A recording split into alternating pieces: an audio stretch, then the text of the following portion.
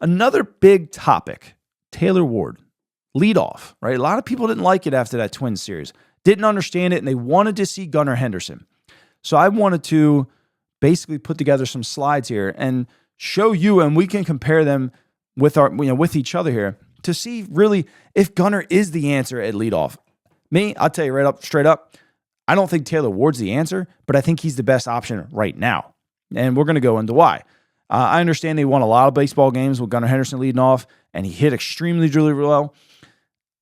But you're going to find out why you may have a different opinion than me, but we may come to a conclusion here that it's probably the right thing not to lead him off. But let's take a look.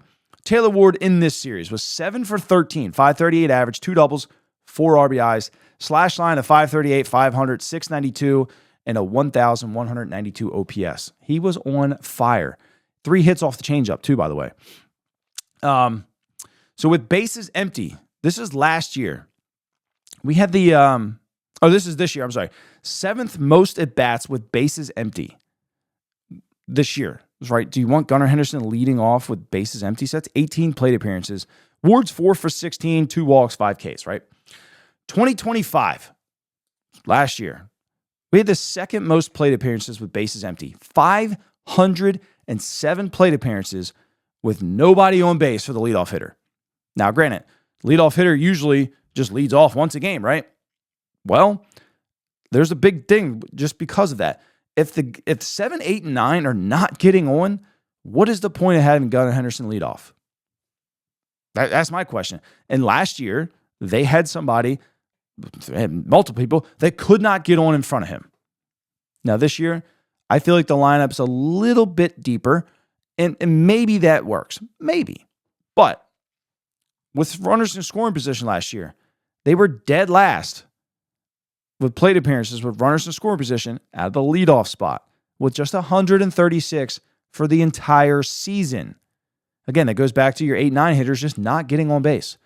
Do you want to waste Gunnar Henderson that often without anybody on? Again, another season. But let's look at between Ward and Henderson, right? These are basically your best options right now between the two guys that are on the team because of injuries. Their careers with bases empty. And you can see they're fairly similar, right? Plate appearances are within 200. Hits are within 70. Obviously, Gunnar's leading in most of these, right? More home runs, more walks, more strikeouts, which isn't great, but a better average too, right? But you see this, and you're like, yeah, I want Gunnar Henderson to lead off, right? He hits pretty well with runners, with nobody on.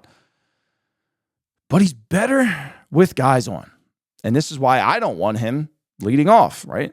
When you look at what they both do, and Taylor Ward's a guy that is touted to be driving in runs all the time. Plate appearances, they're within 40, right? They're pretty close. Gunnar has more hits. He's got more doubles. He's got more home runs. He's got more RBIs. He's got more walks. He's got less strikeouts, and he's got a better average. So when you look at this, and you look at what they do with nobody on base, and it's, I would say, somewhat similar, and then you look at this with what they do with runners in scoring position, I want Gunnar Henderson with people on more than I want Taylor Ward up with people on. I'm not saying that Taylor Ward can't do it. I'm just saying Gunnar Henderson's built for that moment. That's the guy I want. I'd even say maybe 2-hole is slightly too high for him. But because of the injuries right now, this is just kind of what works.